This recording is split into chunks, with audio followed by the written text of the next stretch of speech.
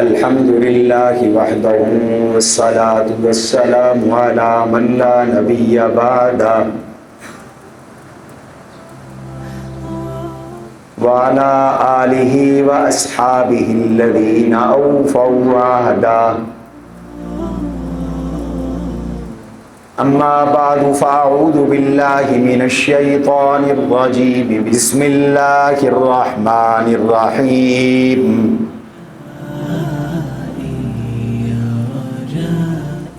وَلِلَّهِ عَلَى النَّاسِ حِجُّ الْبَيْتِ مَنِ اسْتَطَاعَ إِلَيْهِ سَبِيلًا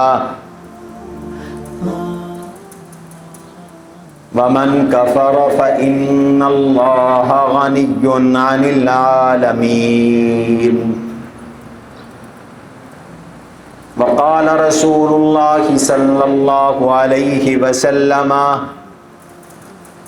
من لم يكن معه هدي فأحب أن يجعلها عمرة فليفعل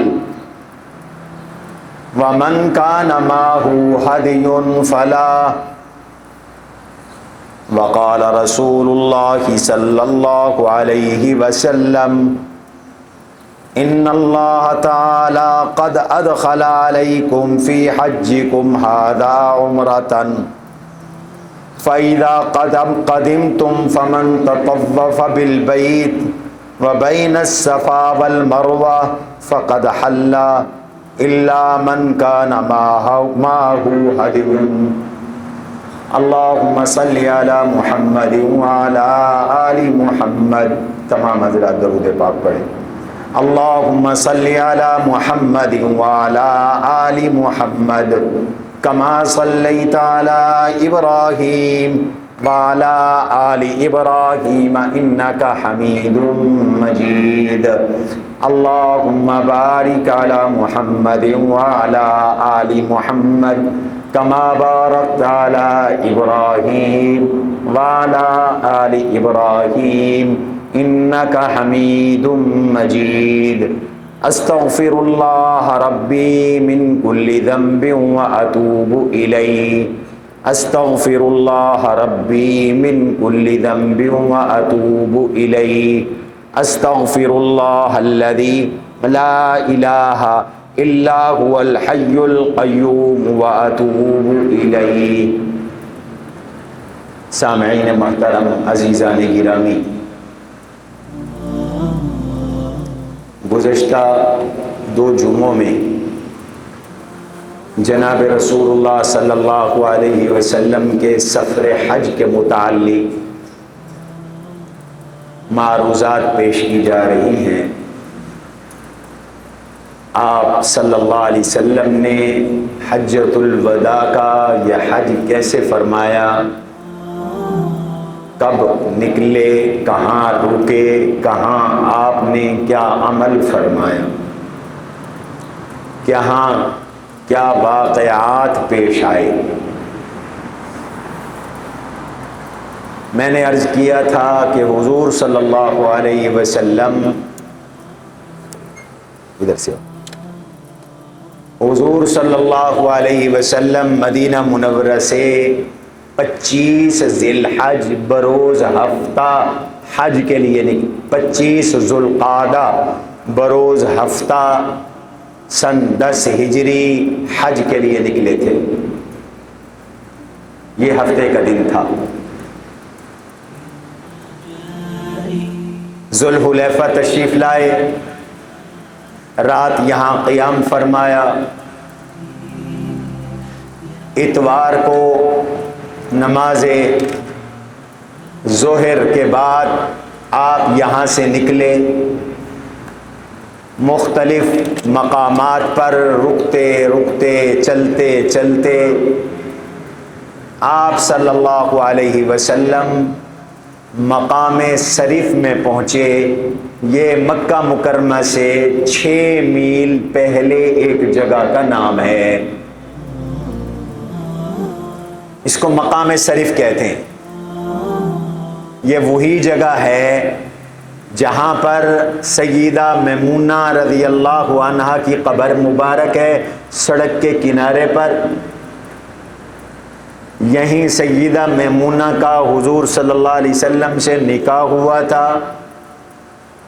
آپ حالت احرام میں تھے، مکہ جا رہے تھے عمرے کے لیے، عمرۃ القضاء کے لیے۔ واپسی پر یہیں ان کی رخصتی ہوئی، اور اتفاق یہ ہے کہ وہیں پر ان کا انتقال ہوا اور وہیں پر ان کی قبر مبارک بنی۔ رہتی تو یہ مدینہ میں تھی، یہاں آئی ہوئی تھی تو قضا آ گئی، تو جہاں نکاح ہوا، جہاں رخصتی ہوئی، وہیں وفات ہوئی، وہیں قبر اطہر بنی۔ آج بھی اکیلی قبر ہے سڑک کے کنارے پر سیدہ میمونہ رضی اللہ عنہا کی۔ اور گزشتہ بیان کے آخر میں نے عرض کیا تھا کہ یہاں مکہ سے 6 کلومیٹر پہلے اس جگہ پر جس کا نام مقام شریف ہے، ام المؤمنین سیدہ عائشہ رضی اللہ عنہا کو ایام آ گئے۔ وہ تو رونے لگ گئی دھاڑے مار مار کر، میرا تو حج گیا، میں کیا کروں گی، مکہ سامنے ہے، جا کے طواف کرنا ہے، عمرہ کرنا ہے، میرے ساتھ یہ عارضہ بن گیا ہے۔ تو جناب رسول اللہ صلی اللہ علیہ وسلم نے انہیں عمرہ چھوڑ دینے کا حکم دیا، فرمایا تم عمرہ چھوڑ دو، ایام حج میں اسی حالت میں حج کرنا۔ چنانچہ انہوں نے ایسے ہی کیا، عمرہ چھوڑ دیا۔ حضور نے انہیں بالوں میں کنگھا کرنے کا حکم دیا، انہوں نے عمرہ کوئی نہیں کیا، ان کا عارضہ تھا۔ اللہ نے اس امت کی خواتین کو مسئلہ بتانا تھا، مسئلہ سمجھانا تھا۔ امی عائشہ سے یہ مسئلہ امت کی خواتین کو مل گیا۔ حضور صلی اللہ علیہ وسلم یہاں سے روانہ ہوئے، مقام شریف سے آپ صلی اللہ علیہ وسلم روانہ ہوئے اور مکہ مکرمہ سے باہر ذی طوا نامی جگہ پہ پہنچے۔ یہ اتوار کی رات اور 4 ذی الحج کی تاریخ تھی، صبح کا وقت تھا۔ رسول اللہ صلی اللہ علیہ وسلم مکہ مکرمہ میں پہنچے ہیں۔ اب یاد رکھیے حضور کا یہ سفر حج ہفتے کے دن شروع ہوا، اتوار کے دن حضور مکہ مکرمہ میں پہنچے، 25 ذو القعدہ کو شروع ہوا، اور رسول اللہ صلی اللہ علیہ وسلم 4 ذی الحج کو یہاں پہنچے۔ اللہ کے نبی نے مقام ذی طوا میں وادی ازرق میں غسل فرمایا۔ اس سے معلوم ہوتا ہے کہ مکہ مکرمہ داخل ہونے سے پہلے غسل کرنا مستحب ہے۔ بعض اہل علم نے فرمایا کہ یہ غسل آپ کا طواف کے لیے تھا، لیکن جمہور اہل علم کہتے ہیں آپ کا یہ جو غسل تھا یہ مکہ مکرمہ میں داخلے کے لیے تھا۔ آپ صلی اللہ علیہ وسلم نے یہاں مقام ذی طوا میں، جو مکہ سے بالکل متصل باہر ایک جگہ کا نام تھا، یہاں کی وادی کا نام وادی بنی ازرق تھا، نماز فجر ادا فرمائی۔ نماز فجر کے ادا کرنے کے بعد آپ نے غسل فرمایا، اور غسل فرما کر رسول اللہ صلی اللہ علیہ وسلم مکہ مکرمہ داخل ہو گئے۔ سبحان اللہ۔ جب آپ مقام ذی طوا سے مکہ مکرمہ جا رہے تھے تو آپ نے ارشاد فرمایا کأنی انظر الی موسیٰ علیہ السلام ہابطا من الثنیہ ولہ جوار الی اللہ بالتلبیہ۔ مجھے نظر آ رہا ہے اللہ کے نبی موسیٰ علیہ السلام بڑی تضرع عاجزی کے ساتھ لبیک اللہم لبیک کہہ رہے ہیں، اور اللہ سبحانہ و تعالی کے حضور گڑ گڑا رہے ہیں اور لبیک اللہم لبیک کہہ رہے ہیں، میں گویا کہ اپنی آنکھوں سے دیکھ رہا ہوں۔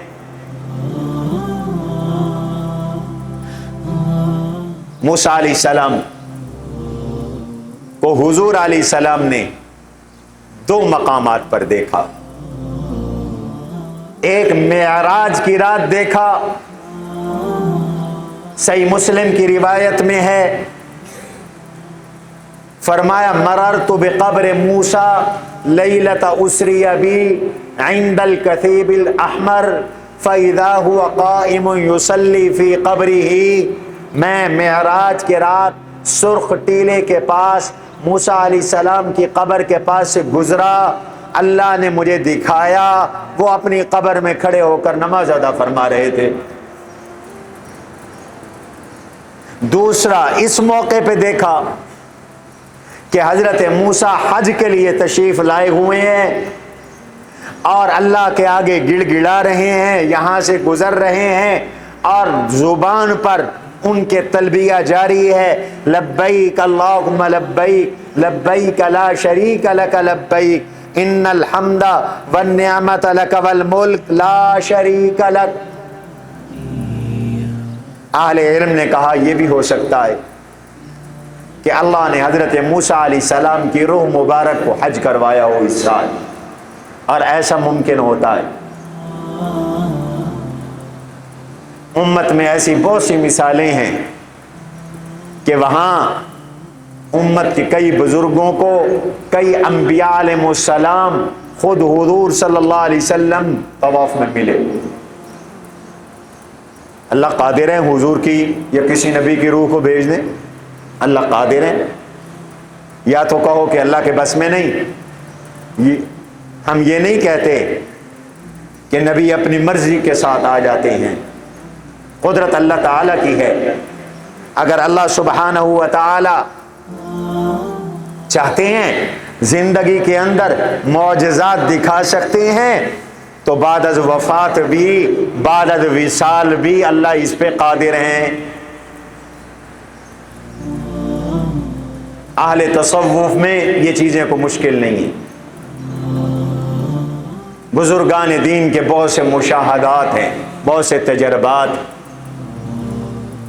اور بعض اہل علم نے فرمایا ہے کہ موسیٰ علیہ السلام کے طواف کرنے کا مطلب اور معنی، حضور کے دیکھنے کا معنی یہ ہے کہ اپنے زمانے میں انہوں نے بھی حج کیا تھا اور اپنے زمانے میں وہ یہاں سے گزرے تھے اور اپنے زمانے میں وہ اللہ کے سامنے گڑ گڑا رہے تھے اور وہ اپنے زمانے میں تلبیہ پڑھ رہے تھے، اور بذریعہ وحی اللہ نے اپنے حبیب کو اطلاع دی، اور وہی اتنا مضبوط ذریعہ ہے، اتنا پکا ذریعہ ہے، اتنا سچا ذریعہ ہے، گویا کہ حضور فرما رہی ہیں، گویا کہ میں خود اپنی آنکھوں سے دیکھ رہا ہوں کہ جیسے میں یہاں سے گزر رہا ہوں، حج پہ جا رہا ہوں، میرا بھائی موسیٰ بھی یہاں سے گزر کر حج پہ گئے تھے۔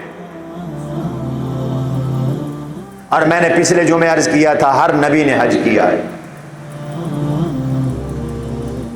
اس لیے حاجی جب حج پہ جائے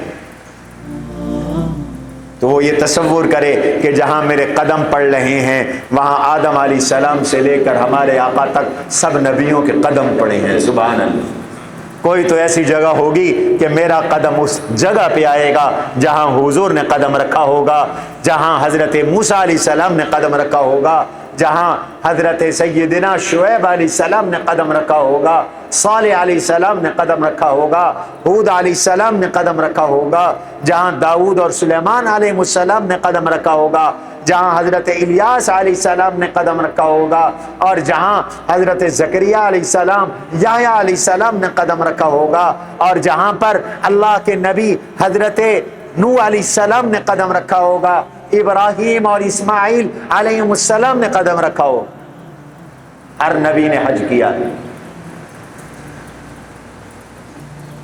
چاشت کے وقت میرے نبی مکہ مکرمہ میں پہنچے ہیں، اللہ اکبر، کیا منظر تھا! جب اللہ کے نبی صلی اللہ علیہ وسلم مکہ مکرمہ میں داخل ہوئے، اعلی مکہ سے داخل ہوئے اور حضور صلی اللہ علیہ وسلم اس جگہ سے داخل ہوئے، آج اس جگہ کا نام معاہدہ ہے۔ یہاں رابطہ عالم اسلامی کی بڑی بلڈنگ اور دفتر ہے۔ اس طرف سے قربان جاؤں صحابہ نے حضور کے داخل ہونے کے جگہوں کو بھی یاد رکھا ہے، حضور کے راستوں کو بھی یاد رکھا ہے کہ آپ جب حج پہ تشریف لائے تو کن کن راستوں سے گزر کے آئے۔ حضور تشریف لائے، سیدھے بیت اللہ آئے، بیت اللہ کو دیکھ کر ہاتھ بلند کیے اور ہاتھ بلند کیے دیکھا، دعا کی۔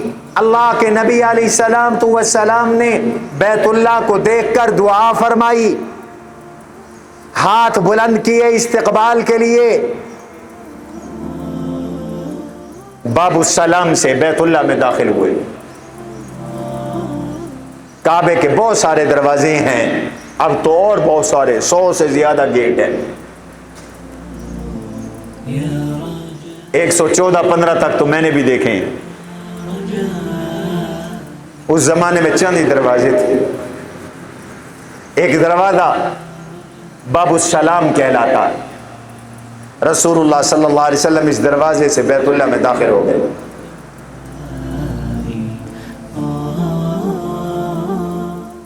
اور بیت اللہ میں داخل ہو کر حجر اسود کے سامنے تشریف لائے۔ حضور صلی اللہ علیہ وسلم نے حجر اسود سے بیت اللہ کا طواف شروع فرمایا،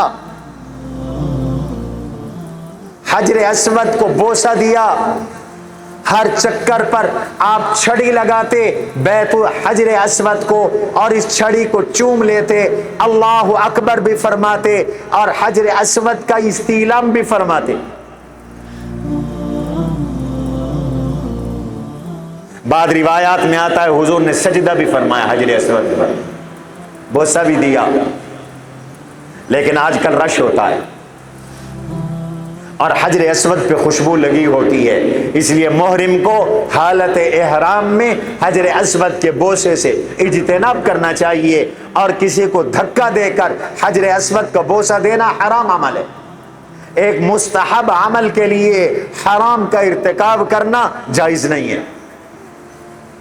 شریعت نے سہولت رکھی ہے، دور سے اشارہ کر دو، دونوں ہاتھوں سے اشارہ کر دو، اپنے ہاتھ کو چوم لو، حجر اسود کے استعلام کا اور حجر اسود کی تقبیل کا اور بوسے کا ثواب مل گیا۔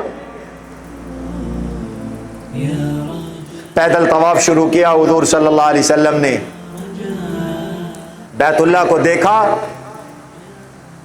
تو دیکھتے ہی یہ دعا فرمائی، اور یہ مستحب ہے، جب بھی بیت اللہ میں جاؤ تو یہ دعا مانگو، اللہم زد بیتک ھذا تشریفا وتعظیما وتکریما ومہابتا، اللہم زد بیتک ھذا تشریفا، اللہ اپنے اس گھر کی شرافت میں، اللہ اپنے اس گھر کی عظمت میں، اللہ اپنے اس گھر کی تکریم میں، اللہ اپنے اس گھر کی ہیبت میں اور اضافہ فرما۔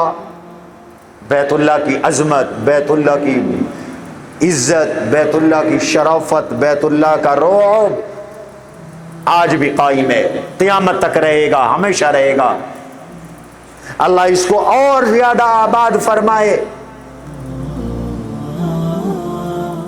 حضور بیت اللہ میں داخل ہوئے ہیں، مسجد حرم میں داخل ہوئے ہیں، بیت اللہ کے لیے بھی دعا فرمائیے، تحیت المسجد نہیں ادا فرمائی۔ دنیا کی باقی مساجد میں جب داخل ہوں تو تحیت المسجد جا کر پڑھیں، سنت عمل ہے۔ یہ مسجد میں داخل ہونے کا شکرانہ ہے۔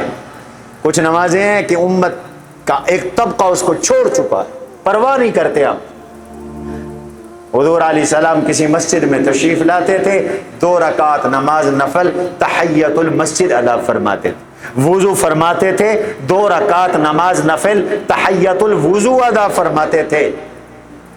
لیکن مسجد حرام میں اگر طواف کرنا ہو تو اب تحیت المسجد ادا کرنے کی ضرورت نہیں، طواف تحیت المسجد کے قائم مقام ہو جاتا ہے۔ طواف تحیت المسجد سے افضل عبادت ہے، طواف تحیت المسجد سے زیادہ باعث اجر ہے، باعث ثواب ہے۔ اگر تحیت المسجد ہوتی یہاں مسجد حرام میں طواف سے پہلے تو حضور صلی اللہ علیہ وسلم بھی ضرور ادا فرماتے۔ حضور صلی اللہ علیہ وسلم نے طواف شروع فرمایا، پہلے 3 چکروں میں رمل فرمایا اور پورے طواف میں اصطباء فرمایا۔ رمل کیا ہے؟ اپنے پاؤں کی انگلیوں پر ایڑیاں اٹھا کر کندھوں کو ہلا کے چلنا، اس کو رمل کہتے ہیں۔ یہ سنت عمل ہے، لیکن چھوٹ جائے تو اس پر دم نہیں ہے۔ حضور علیہ الصلوۃ والسلام نے رمل فرمایا ہے۔ دراصل یہ رمل بھی صحابہ کی یاد ہے۔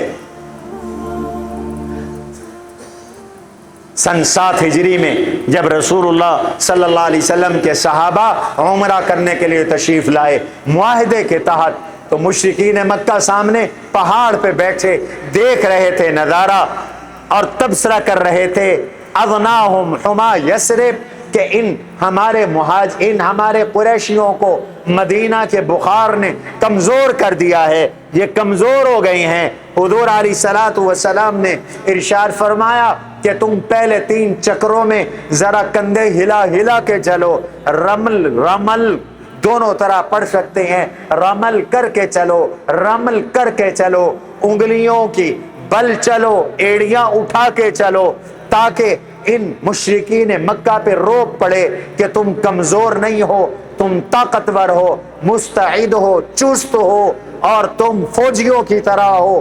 اللہ کے نبی کے صحابہ نے حضور کے حکم کی تعمیل میں پہلے 3 چکروں میں رمل فرمایا ہے۔ اللہ نے صحابہ کی سنت کو قیامت کی صبح تک جاری کر دیا۔ اب ہر حاجی، ہر عمرہ کرنے والا جب احرام میں طواف کرے گا، جس کے بعد صفا مروہ کی سعی ہے، وہ رمل کرے گا۔ حضور نے اجتباء بھی فرمایا اس طواف میں،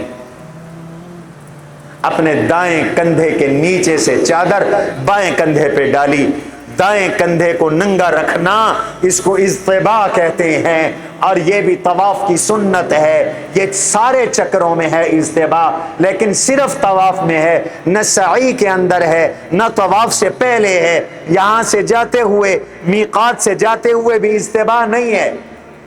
بہت سے لوگ پہلے سے شروع کر دیتے، بہت سے لوگ صفا مروہ میں بھی اجتباء کر رہے ہوتے ہیں۔ جناب رسول اللہ صلی اللہ علیہ وسلم نے طواف فرمایا، پیدل طواف شروع فرمایا، لیکن حضور کے دیوانے پروانے ہزاروں کی تعداد میں موجود تھے اور ہر ایک چاہتا تھا کہ حضور کا دیدار نصیب، زیارت نصیب ہو۔ بہت سو نے ابھی تک رسول اللہ کی زیارت نہیں کی تھی، وہ شرف صحابیت حاصل کرنا چاہتے تھے۔ کچھ لوگ ایسے بھی تھے جو حضور سے مسائل پوچھنا چاہتے تھے۔ یہ اسلام کا پہلا حج تھا، حضور کا پہلا بھی حج تھا، آخری بھی حج تھا، اس لیے کچھ چکر آپ نے پیدل کاٹے۔ پھر سواری لائی گئی، آپ سواری کے اوپر اونٹنی پر سوار ہوئے اور بیت اللہ کا طواف فرمایا، مکمل فرمایا۔ جب حجر اسود کے سامنے سے گزرتے تو چھڑی لگاتے حجر اسود کو، اللہ اکبر کہتے، چھڑی لگاتے، چھڑی کو بوسہ دیتے۔ آپ صلی اللہ علیہ وسلم نے رکن یمانی کو بھی استعلام کیا ہے لیکن بوسہ نہیں دیا، بوسہ صرف حجر اسود کو دیا۔ آپ بیت اللہ کا طواف کر رہے ہیں، صحابہ آپ سے مسائل سیکھ رہے ہیں، حضور کو دیکھ دیکھ کر طواف کر رہے ہیں، اور حضور ارشاد فرما رہے ہیں خذوا عنی مناسککم، خذوا عنی مناسککم لعلی لا الاقیکم بعد عامی ھذا۔ لوگو حج مجھ سے سیکھ لو، حج سیکھ لو، ہو سکتا ہے کہ اس سال کے بعد تمہاری میری پھر ملاقات نہ ہو، اس سال کے بعد میں تمہیں پھر حج پہ نہ مل سکوں، اس سال کے بعد پھر میں دنیا میں نہ رہوں، لہذا مجھ سے مسائل سیکھ لو، سیکھ لو۔ خذوا عنی مناسککم، خذوا عنی مناسککم۔ حضور صلی اللہ علیہ وسلم نے 7 چکر مکمل کیے۔ اللہ اکبر۔ لیکن یاد رکھو چونکہ حضور نے شروع پیدل کیا تھا، اہل علم کہتے ہیں سواری پہ سوار ہو کر بغیر عذر کے طواف کرنا جائز نہیں ہے، عذر ہو تو جائز ہے۔ میں آگے چل کے عرض کروں گا طواف وداع جب جو حج کا واجب ہے، یاد رکھو حج کے 3 فرض ہیں، 7 واجب ہے۔ فرض رہ جائے تو حج نہیں ہوتا، واجب رہ جائے تو دم کے ساتھ تلافی ہو سکتی ہے۔ 3 فرض ہیں، نیت کے ساتھ احرام اور تلبیہ، 9 ذی الحجہ کو عرفات کا وقوف، طواف زیارہ جو 10، 11، 12 ذی الحج ان 3 دنوں میں کیا جاتا ہے۔ 7 واجبات ہیں، 4 واجبات تو 10 ذی الحج کو ہیں، رمی شیطان کو کنکریاں مارنا، 10 کو بھی، 11 کو بھی، 12 کو بھی، 10 کو ایک جمرہ عقبہ کو، بڑے شیطان کو 11 اور 12 کو، تینوں کو۔ قربانی حج کی متمتع اور قارن کے لیے الگ قربانی ہے، لیکن حج تمتع اور قران آفاقی کے لیے ہے، مکہ والوں کے لیے نہیں ہے۔ ذالک لمن لم یکن اہلہ حاضر المسجد الحرام، مکہ میں اور حدود حرم میں رہنے والے وہ صرف ایک حج کر سکتے ہیں، اس کا نام حج افراد ہے، اور افراد والے پر حج کی قربانی واجب نہیں ہے۔ حج کی قربانی واجب ہے تمتع کرنے والے پر یا قران کرنے والے پر، اور تمتع اور قران کرنے والا یہ وہ لوگ ہیں جو میقات سے باہر سے آ رہے ہیں۔ پاکستانی تمتع بھی کر سکتے ہیں، قران بھی کر سکتے ہیں، افراد بھی کر سکتے ہیں، مکے والے صرف افراد کر سکتے ہیں۔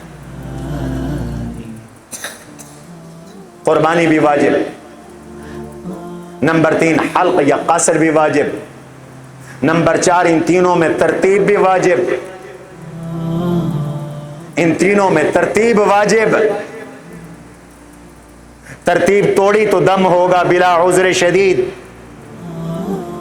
صفا مروہ کی سعی واجب، طواف وداع واجب،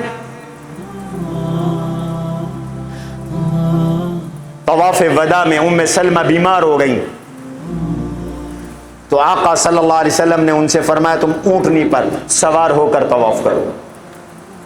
انہوں نے اونٹنی پر سوار ہو کر طواف کیا، عذر کی وجہ سے ویل چیئر استعمال کرنا جائز ہے، بغیر عذر کے استعمال کرنا ناجائز ہے جب تک حرم میں ہے۔ علماء نے لکھا ہے اس طواف کا اعادہ کرے، اگر بغیر عذر کے سواری پہ سوار ہو کر طواف کیا ہے، بغیر عذر کے کیا ہے تو طواف دوبارہ کرے ورنہ دم لازم آئے گا۔ حضور نے عذر کی وجہ سے سوار ہو کر بیت اللہ کا طواف کیا تھا، اور جناب رسول اللہ صلی اللہ علیہ وسلم طواف سے فارغ ہوئے، کعبے کی طرف کر کے 2 رکعت نماز نفل طواف ادا فرمائی، پہلی رکعت میں قل یا ایھا الکافرون تلاوت فرمائی، دوسری رکعت میں قل هو اللہ احد تلاوت فرمائی۔ یہ 2 رکعت طواف کا واجب ہے، افضل ہے کہ مقام ابراہیم پر ادا کی جائے، لیکن اگر وہاں رش ہو، جیسے آج کل تو بہت رش ہے، ممکن نہیں ہے، لوگ طواف کر رہے ہیں، آپ کھڑے ہو کر نماز پڑھیں گے، کچلے جائیں گے یا لوگوں کو تنگ کریں گے، تو پورے حرم میں کہیں بھی یہ 2 رکعتیں ادا کی جا سکتی ہیں۔ لیکن رسول اللہ صلی اللہ علیہ وسلم نے یہ 2 رکعتیں طواف مقام ابراہیم پر ادا فرمائی، اور پھر ان 2 رکعت ادا کرنے کے بعد جناب رسول اللہ صلی اللہ علیہ وسلم نے حجر اسود کے سامنے آ کر نواں استعلام فرمایا۔ عام لوگ نہیں کرتے، بھول جاتے، نواں استعلام فرمایا۔ 8 سلام تو طواف کے 7 چکر ہے، پہلے سے شروع کیا، 8ویں پہ ختم کیا۔ 8 سلام تو اس وقت ہے، حضور نے 2 رکعت پڑھ کر 9واں سلام بھی کیا ہے حجر اسود کو، یہ مستحب ہے۔ پھر آپ زمزم پہ تشریف لائے، رسول اللہ صلی اللہ علیہ وسلم نے زمزم کا پانی نوش فرمایا، سبحان اللہ، اور اپنے اوپر زمزم ڈالا، سر مبارک پہ ڈالا، پہلے زمزم پیا اور زمزم سر مبارک پہ ڈالا، پھر آپ نے 9واں سلام کیا، اور پھر صفا مروہ کی سعی کے لیے تشریف لے گئے۔ لہذا طواف کے بعد موقع ہو تو زمزم بھی پیو، تھوڑا سا اپنے اوپر چھڑک بھی لو، زمزم مبارک پانی ہے، جنت کا پانی ہے، کوثر سے افضل پانی ہے، حوض کوثر جنت میں ہوگا، اللہ اپنے نبی کو دیں گے۔ اہل علم کہتے ہیں زمزم کا پانی اس سے بھی افضل ہے۔ حضور نے فرمایا ہے زمزم لما شرب لہ، زمزم کو جس مقصد کے لیے پیو، اللہ وہی مقصد پورا فرماتے ہیں۔ علماء نے کتابیں لکھی ہیں، کسی نے زمزم پیا علم کے لیے، اللہ سبحانہ و تعالی نے اس کو علم دیا، کسی نے زمزم پیا حافظے کے لیے، اللہ سبحانہ و تعالی نے اسے حافظہ دیا، کسی نے زمزم پیا رزق کے لیے، اللہ سبحانہ و تعالی نے اسے رزق دیا، کسی نے زمزم نوش کیا شفا کے لیے، اللہ نے اس کو شفا عطا فرمائی۔ ہمارے علامہ انور شاہ کشمیری رحمت اللہ علیہ فرماتے تھے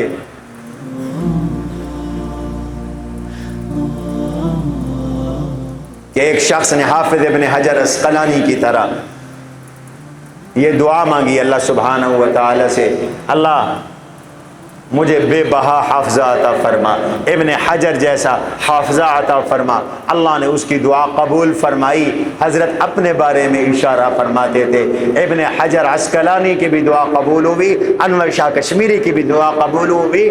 علامہ انور شاہ کشمیری چلتا پھرتا کتب خانہ تھا، ایک کتاب کو ایک دفعہ پڑھ لیا ساری زندگی کے لیے یاد ہو گئی، اول سے آخر تک یہ بھی یاد ہوتا تھا، فلاں کتاب ہے، فلاں صفحہ نمبر ہے، فلاں صفحہ نمبر کی فلاں سطر نمبر ہے، یہ عبارت ہے۔ آپ جانتے ہیں کہ علامہ انور شاہ کشمیری رحمت اللہ علیہ اپنی آخر عمر میں بہاولپور تشریف لائے تھے۔ یہ بہاولپور قریب ہمارے، کیوں؟ ایک مسلمان بچی کا نکاح ایک قادیانی سے کر دیا گیا تھا، منکر ختم نبوت سے کر دیا گیا تھا۔ ایک عالم کی بیٹی تھی، استاد تھے، شاگرد ان کی خدمت کرتا تھا، اپنے شاگرد کے ساتھ نسبت طے کر دی، فوت ہو گئے بیچارے۔ اب بچہ بگڑ گیا، لڑکا بگڑ گیا، جس طرح بعض شاگرد بگڑ جاتے، بگاڑ میں قادیانی بن گیا، پتہ نہ چلا۔ رشتہ استاجی کر کے گئے تھے، بیٹی کا باپ کر کے گیا تھا تو شادی کر دی گئی، پتہ چلا وہ تو قادیانی ہے، مرزا غلام احمد قادیانی کو نبی مانتا ہے۔ عدالت میں مقدمہ دائر کیا گیا، مقدمہ بہاولپور کے نام سے کتاب بھی ہے، مشہور مقدمہ ہے۔ انگریز کی عدالت میں قادیانی کے حق میں فیصلہ دے دیا، قادیانی بڑے اچھلے کودے، اب مقدمہ نواب صاحب کی ریاست کی ہائی کورٹ میں دائر ہوا۔ نواب صاحب کی ریاست میں اسلام کے مطابق فیصلے ہوتے تھے، انگریز کی عدالتوں کا تو وہی حال ہے جو آج ہے۔ اب انگریزی قانون بن رہے ہیں، پنجاب اسمبلی میں قانون پاس ہو گیا ہے کہ اگر کوئی 18 سال سے کم عمر لڑکی سے نکاح کرتا ہے وہ جیل جائے گا، اس کو جرمانہ ہوگا۔ اور مسلم لیگیوں 2 دفعہ جوتے کھا چکے ہو، شریعت کو خراب کر کر کے، مدارس اور علماء کو پریشان کر کے، عقل تمہیں پھر بھی نہیں آئی۔ اب کہ جو تمہیں جوتے اللہ کی طرف سے پڑیں گے تو اٹھ نہیں سکو گے ساری زندگی۔ اللہ کے دین کو ذبح نہ کرو۔ اب مدرسوں کے لیے قربانی کی کھالوں کی اس سال پابندی لگا دی گئی ہے، محکمہ تعلیم سے رجسٹریشن ہوگی تو اجازت ہوگی، ورنہ اعلان ہو رہے ہیں تمہیں اجازت نہیں ہوگی۔ ویسے بھی یہ بیچارے بڑے مستحق ہیں، اب مدرسوں کو نہیں، کھالیں زکوٰۃ ان کو دے دو۔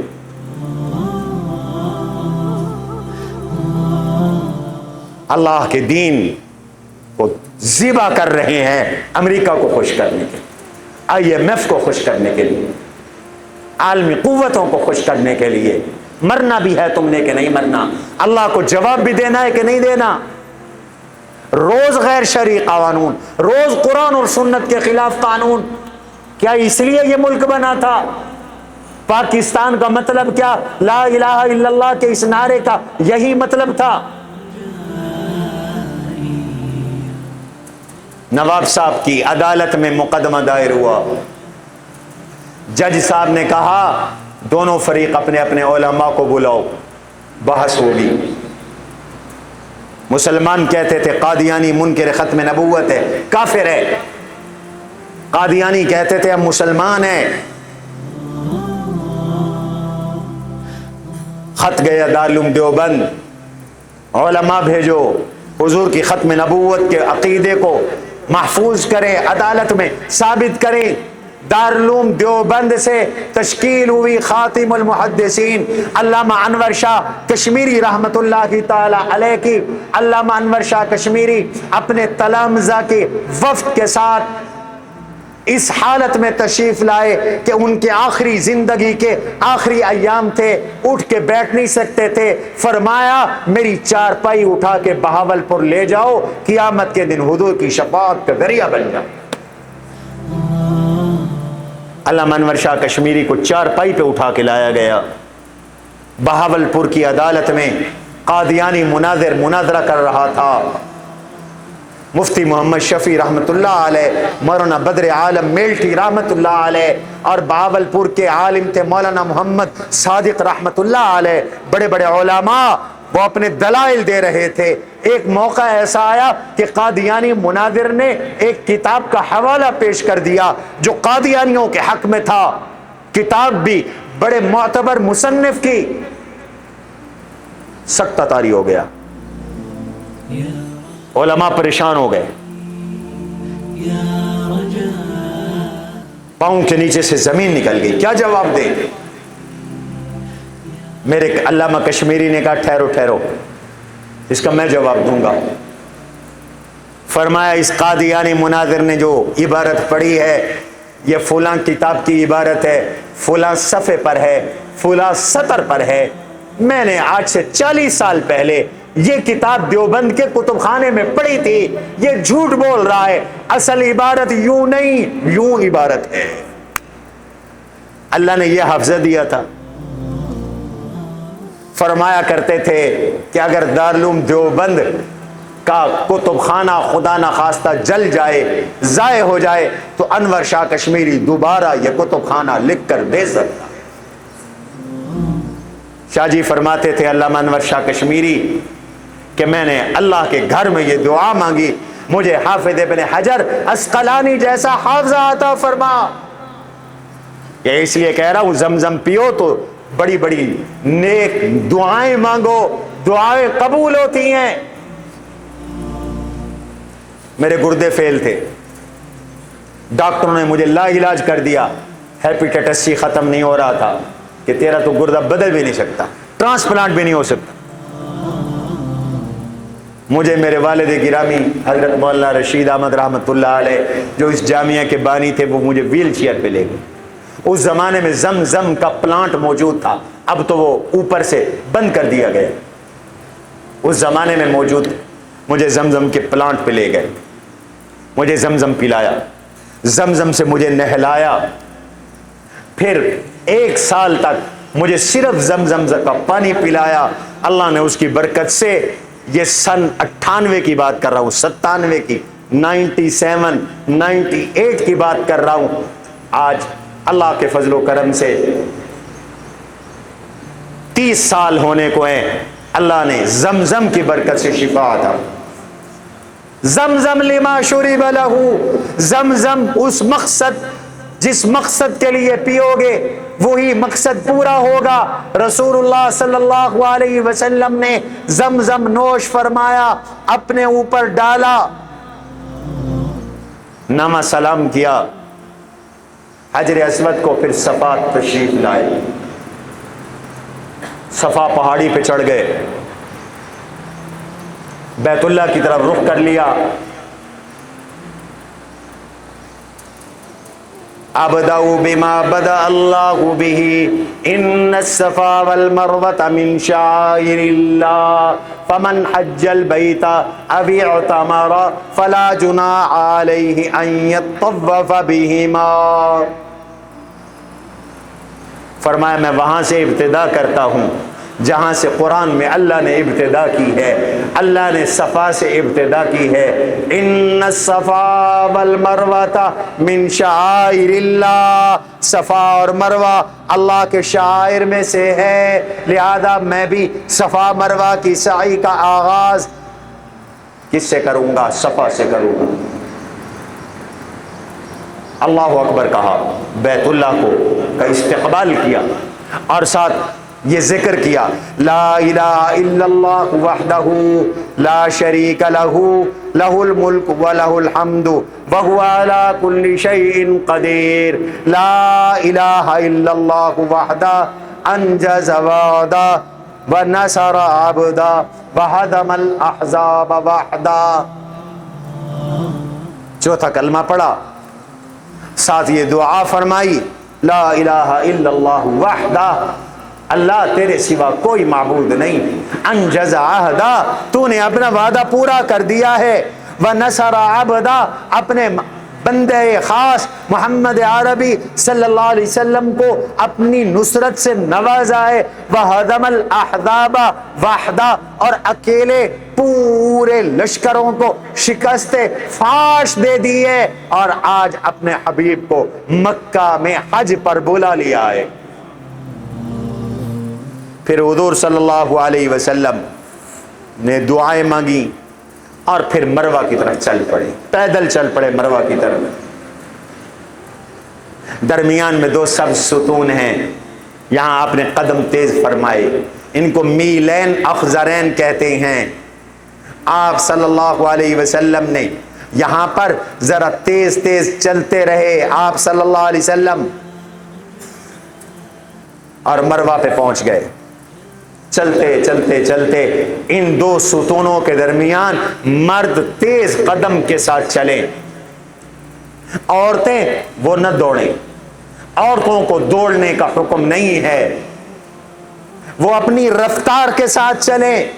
رسول اللہ صلی اللہ علیہ وسلم چلتے چلتے مروہ پہ پہنچے۔ یہ صفا سے مروہ تک 1 چکر ہوتا ہے، کچھ علماء نے کہا آنے جانے کا ایک چکر ہے، لیکن راجح قول یہ ہے کہ صفا سے مروہ تک ایک شوط ہے، ایک چکر ہے، پھر مروہ سے صفا تک دوسرا چکر ہے۔ رسول اللہ صلی اللہ علیہ وسلم مروہ پہ پہنچے ہیں، پھر بیت اللہ کا استقبال کیا ہے، اور بیت اللہ کا استقبال کر کے پھر اللہ کے نبی علیہ السلام صفا کی طرف چلے ہیں، پھر میلین اخضرین کے درمیان تیز چلے ہیں، دوڑے ہیں، پھر صفا پہ پہنچے ہیں، پھر بیت اللہ کا استقبال کیا ہے، پھر مروہ کی طرف آئے ہیں، 7 چکر کاٹے ہیں، اور مروہ پہ پہنچ کر رسول اللہ صلی اللہ علیہ وسلم نے اپنے 7 چکر پورے کیے۔ 7 چکر پورے ہو گئے، اور پھر حضور صلی اللہ علیہ وسلم کچھ چکر پیدل چلے، پھر آپ کی اونٹنی لائی گئی، آپ پھر سواری پہ سوار ہوئے، صفا مروہ کی سعی بھی کچھ آپ نے پیدل فرمائی، کچھ سواری پہ فرمائی، اور سواری پہ اس لیے فرمائی تاکہ دنیا آپ سے احکام سیکھ لے اور حضور کی زیارت کر لے اور حضور کو سعی کرتے دیکھ لے، اور رسول اللہ صلی اللہ علیہ وسلم سے اگر کسی نے مسئلہ پوچھنا ہو تو وہ مسئلہ بھی پوچھ لے۔ اللہ اکبر۔ حضور صلی اللہ علیہ وسلم جب مروہ پہ پہنچے اور صفا مروہ کی سعی سے فارغ ہوئے، پہلے بھی آپ مختلف مقام پر صحابہ کو ایک حکم دے چکے تھے، اب پھر وہ حکم دہرایا۔ وہ حکم سمجھ لو کیا تھا؟ اسلام سے پہلے اہل عرب اور لوگ حج کے مہینوں میں عمرے کو جائز نہیں سمجھتے تھے، یہ رسم تھی۔ توجہ رہے میری طرف۔ اسلام سے قبل حج کے مہینے میں حج کے ساتھ عمرے کو لوگ جائز نہیں سمجھتے تھے۔ حضور نے اس رسم کو توڑنا تھا، مسئلہ بتانا تھا کہ حج کے ساتھ عمرہ بھی جائز ہے۔ کئی رسمیں تھیں، حج کو بگاڑا ہوا تھا مکہ کے کافروں نے، اب حج کی تجدید کی جا رہی ہے، غلط مسئلے ہٹائے جا رہے ہیں، صحیح حج امت کو دیا جا رہا ہے۔ لہذا حضور علیہ السلام نے پہلے مقام شریف پر اور اس سے پہلے بھی یہ اعلان کیا، صحابہ نے احرام باندھا تھا حج کا، حج افراد کا، یاد رکھو۔ حضور نے احرام باندھا تھا حج قران کا، صحابہ نے حج افراد کا باندھا تھا۔ تو میرے نبی نے فرمایا جو لوگ حج افراد کی نیت سے آئے اور ان کے پاس قربانی کا جانور نہیں ہے، وہ اپنے حج کو عمرے میں کنورٹ کر دے، بدل دے، تبدیل کر دے، سر منڈوا لے، یہ ان کا عمرہ ہو گیا۔ حج کا احرام حج کے دنوں میں پھر باندھ لینا۔ یہ حضور نے حکم دیا، صحابہ پر یہ حکم عجیب گزرا، اس لیے صحابہ بار بار حضور سے پوچھ رہے تھے، یا رسول اللہ کیا ہم حلال ہو جائے اور حلال ہو کر ہم حق زوجیت بھی ادا کر لیں اور ہم عرفات مینا عرفات جائیں؟ وَمَذَاكِرُنَا تَقْتُرْ، حضور علیہ السلام نے تاکیداً فرمایا ہاں، اگر میں قربانی کا جانور اپنے ساتھ نہ لایا ہوتا تو میں بھی اپنے حج کو عمرے میں تبدیل کر دیتا۔ لو استقبلت من امری مستدبرت، اگر یہ حالات جو اب میرے سامنے آئے پہلے میرے سامنے آ جاتے تو میں بھی اپنے حج کو عمرے میں بدل لیتا۔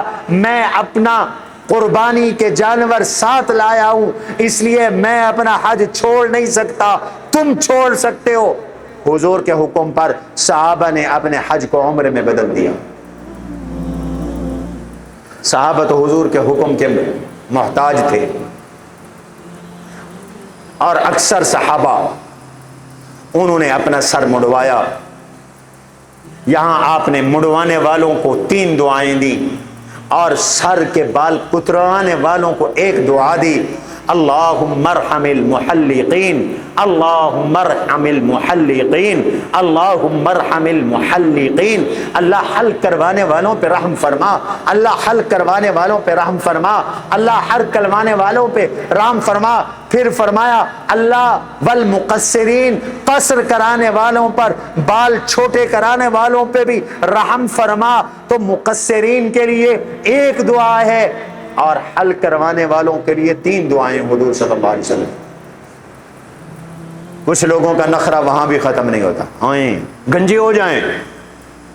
اللہ یہی تو دیکھنا چاہتے ہیں کہ تو اپنی میں مٹا اور اللہ کے سامنے اپنے آپ کو مٹا ڈال۔